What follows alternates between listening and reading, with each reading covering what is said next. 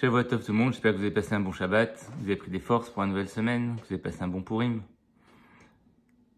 On va continuer sur le thème de la Achila et on va essayer de comprendre comment est-ce qu'on peut élever les étincelles de Gdusha qui se trouvent dans la nourriture et qui se trouvent aussi d'ailleurs dans toute autre chose.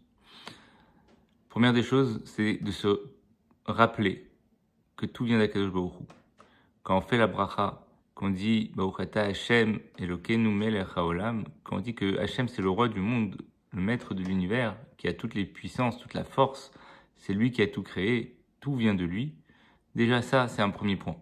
Deuxièmement, les Chaim, ils ont institué qu'on fasse Netilat Yadayim, donc pour manger dans un état de Gdusha, qu'ils ont institué qu'on parle de paroles de Torah pendant le repas, que si on parle pas de paroles de Torah, on est comme dans un repas d'endeuillé, de mort.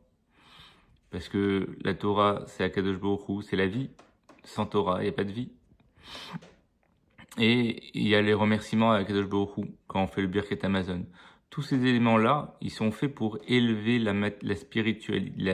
tout le spirituel qui est dans le matériel. Toutes les étincelles de Gdusha qui sont dans l'alimentation qu'on va manger, elles vont éclairer notre Neshama, elles vont compléter notre Neshama, elles vont retourner à leur source.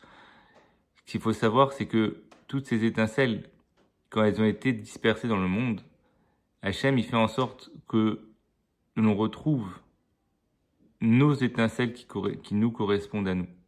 Tous les désirs, toutes les envies que l'on a, c'est parce que dans l'objet désiré, dans l'aliment convoité, il y a des étincelles qui correspondent à notre racine d'âme. Et donc, Hachem, il fait en sorte qu'on ait envie d'elles.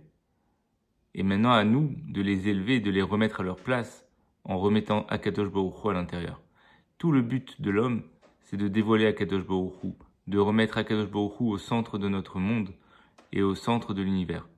Et donc, en faisant tout ce que les Ramim nous ont demandé de faire, Netilat Yadayim avant de manger du pain, les brachot avant de manger, la bracha après le repas, le discours de Torah, la parole de Torah pendant le repas, avec tous ces éléments-là, on élève les étincelles. Le problème, c'est qu'aujourd'hui, on croit qu'on n'a pas la force d'élever ces étincelles. On croit qu'on ne vaut rien, que nos paroles ne valent rien. C'est faux. Ça, c'est les paroles du Yetzirah qui disent ça sert à rien, t'es un petit. Non, chaque parole, elle compte. Chaque mot de Torah, c'est 613 mitzvot. Il faut pas dénigrer nos paroles, qui qu'on soit, quel que soit notre niveau, quel que soit notre degré de religiosité. On n'a pas besoin d'avoir une barbe, des péotes et un chapeau pour pouvoir dire des paroles de Torah. Tout le monde peut dire.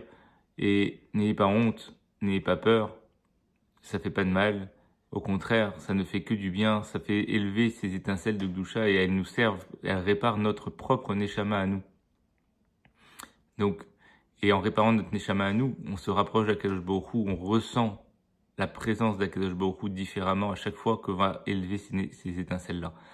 Donc, toutes les halachot que les Chaim ont faites autour du repas, ce n'est pas des halachot uniquement pour nous contraindre ou quoi que ce soit, mais c'est pour notre bien réel, éternel, pour nous rapprocher d'Akadosh Baruch Hu.